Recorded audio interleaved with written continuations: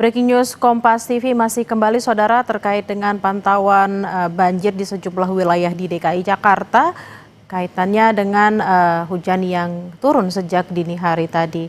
Dan ini adalah pantauan di Cawang, saudara. Kemacetan terjadi di ruas jalan di Cawang, saudara, ini visual terkini di sana. Di mana kalau tadi menurut laporan dari jurnalis Kompas TV Zevanya Situmeang, di sana sempat ada genangan, kemudian disiagakan mobil pompa air dan akhirnya sudah berhasil surut seperti itu. Banjir di sisi kiri jalan DI Panjaitan ini akhirnya masyarakat bisa melewati jalan ini, semua ruas bisa dipergunakan. Namun memang sekitar pukul 12:15 waktu Indonesia bagian Barat hujan kembali turun di sana, saudara. Dan memang ini kemacetan terjadi karena banyaknya kendaraan yang melewati jalur ini. Namun jika memang terjadi lagi semacam genangan hingga cukup tinggi, mobil pompa di sana sudah disiagakan, saudara, untuk menghindari terjadinya lagi genangan yang cukup tinggi seperti yang terjadi tadi pagi, yang menyebabkan hanya satu ruas saja yang bisa dipergunakan. Dan terkait dengan bagaimana informasi cuaca, tidak hanya di Jakarta tapi juga seluruh daerah di Indonesia, kami sudah terhubung dengan Wahyu Argo, Prakirawan BMKG. Selamat siang, Mas Wahyu, dengan Bella di studio. Selamat siang, Mbak Bella. Mas Wahyu, kalau kita lihat sepanjang pagi, bahkan dari subuh di wilayah Jabodetabek, ya tidak hanya Jakarta, di Depok, Bogor juga hujan sangat tinggi seperti itu. Perkiraannya untuk hari ini seperti apa, khususnya untuk Jabodetabek, Mas Wahyu?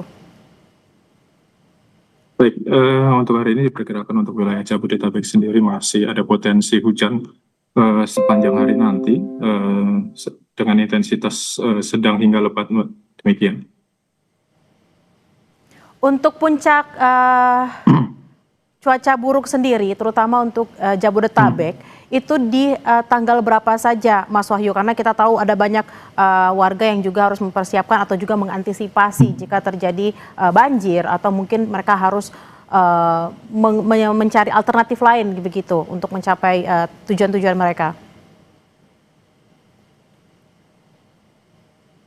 Baik, untuk wilayah Jabodetabek sendiri, untuk dalam pantauan kami untuk 2 hingga 3 hari ke depan, setidaknya masih berpotensi terjadi hujan dengan intensitas sedang hingga lebat di hari mendatang, gitu, Mbak. Jadi untuk 2-3 hari ke depan, kami mengimbau masyarakat untuk tetap waspada terkait dengan peningkatan curah hujan di wilayah Jabodetabek. Mas Wahyu, sebenarnya penyebab utama terjadinya cuaca buruk di wilayah terutama Jakarta dan juga Indonesia secara keseluruhan ini apa, Mas? Ya, sejak awal 2026 sebetulnya BMKG sudah mencatat adanya peningkatan intensitas curah hujan di beberapa wilayah termasuk di Jabodetabek, di mana hal ini disebabkan oleh monsun Asia yang menguat, kemudian disertai juga dengan seruakan dingin yang terjadi yang cukup signifikan dari daratan Asia menuju ke Indonesia, begitu. Kemudian pola aliran angin ini meningkatkan pembentukan serta penguatan daerah konvergensi, secara khusus di wilayah selatan ekuator atau di selatan Indonesia, termasuk di selatan Sumatera, Pulau Jawa, hingga ke Bali, hingga Nusa Tenggara Timur, Pak. Kemudian juga masih aktifnya MJO, kemudian beberapa gelombang ekuator seperti gelombang Rossby dan Kelvin turut memperkuat peningkatan pembentukan awan hujan di wilayah selatan Indonesia, begitu. Mas Wahyu, lalu faktor apa saja nih yang biasanya membuat cuaca ekstrim ini semakin sering terjadi, Mas? Ya, interaksi beberapa fenomena tersebut tadi sebetulnya akhirnya juga memperkuat, gitu ya, Mbak, ya. Memperkuat peningkatan pembentukan awan hujan di wilayah Indonesia termasuk Jabodetabek, sehingga salah satunya dengan terjadinya daerah konvergensi, daerah pertemuan massa udara, di mana hal itu nantinya menimbulkan peningkatan pembentukan awan hujan di wilayah Indonesia, begitu, Mbak. Lalu terkait juga dengan adanya cuaca buruk ini biasanya BMKG memprediksi datangnya cuaca buruk seperti apa, Mas Wahyu? Ya, kami atau BMKG melakukan pengamatan pemantauan terhadap berbagai macam parameter, termasuk juga pengamatan curah hujan sepanjang waktu gitu. Kemudian kami juga menggunakan data-data model, kemudian pengamatan dari satelit dan radar cuaca juga. Hmm. Lalu terutama untuk beberapa hari ke depan sampai mungkin sekitar akhir Januari, kira-kira wilayah mana saja yang paling beresiko untuk terdampak cuaca buruk dalam waktu-waktu dekat ini, Mas Wahyu? Iya, mengingat di bulan Januari hingga awal Februari secara umum Indonesia masih berada di musim penghujan, di mana masih kuatnya monsun Asia. Kemudian daerah-daerah yang perlu waspada terutama untuk di Indonesia di selatan ekuator, Mbak. Termasuk juga Sumatera bagian selatan hingga sepanjang Pulau Jawa, kemudian Bali, Nusa Tenggara Barat, Nusa Tenggara Timur itu perlu cukup waspada terkait dengan peningkatan curah hujan di wilayah tersebut. Hmm. Terkait juga dampak dari cuaca buruk ini, Mas Wahyu, kalau tadi sebelumnya di program Kompas Siang ada narasumber yang mengatakan bahwa sejak tadi pagi ada penerbangan yang juga sudah dibatalkan akibat dari cuaca buruk. Lalu sebenarnya dampaknya terhadap transportasi terutama darat, laut, dan udara, terus bagaimana cuaca ekstrim ini kemudian mempengaruhi aktivitas dari masyarakat?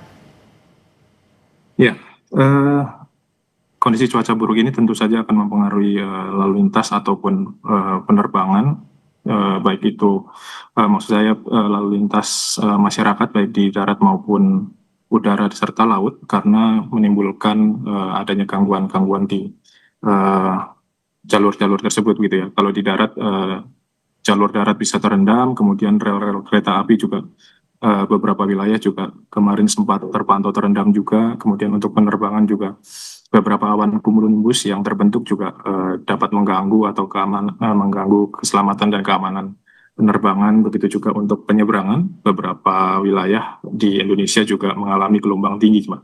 Begitu, Mbak.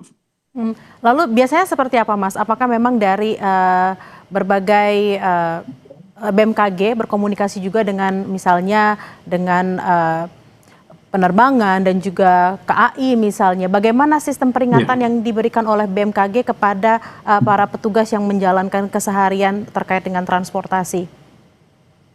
ya, BMKG secara rutin memberikan informasi baik itu informasi cuaca harian maupun peringatan dini, baik itu untuk keperluan penerbangan, penyeberangan maupun penyedia transportasi darat juga termasuk KAI dalam hal ini. Hmm, kalau terkait dengan misalnya penerbangan seperti itu, Mas, karena tadi dikatakan ada Ya, cumulonimbus juga, itu early ya. warning sistemnya seberapa lama sebelum akhirnya ditentukan untuk tidak boleh terbang seperti itu? Biasanya kami memberikan informasi terkait untuk penerbangan sekitar 1 jam sebelum kejadian, paling lambat itu sudah kami berikan kepada pengelola bandara, Mbak. Demikian. Mhm.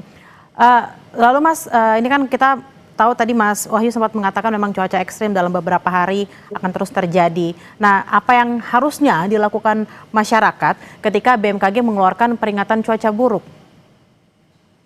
Ya, kami menghimbau masyarakat untuk terus memantau ya perkembangan kondisi cuaca yang saat ini dapat berubah sewaktu-waktu, serta adanya potensi bencana hidrometeorologi akibat cuaca ekstrim. Kami mengharapkan masyarakat terus berhati-hati dalam beraktivitas, utamanya aktivitas di luar ruangan, termasuk di perjalanan darat, laut, dan udara.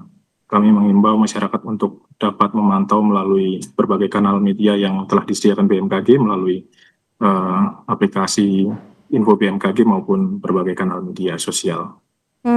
Lalu supaya lebih gampang nih masyarakat untuk mengakses ini, Ya, akses informasi paling cepat dari BMKG ini bisa di mana, Mas Wahyu?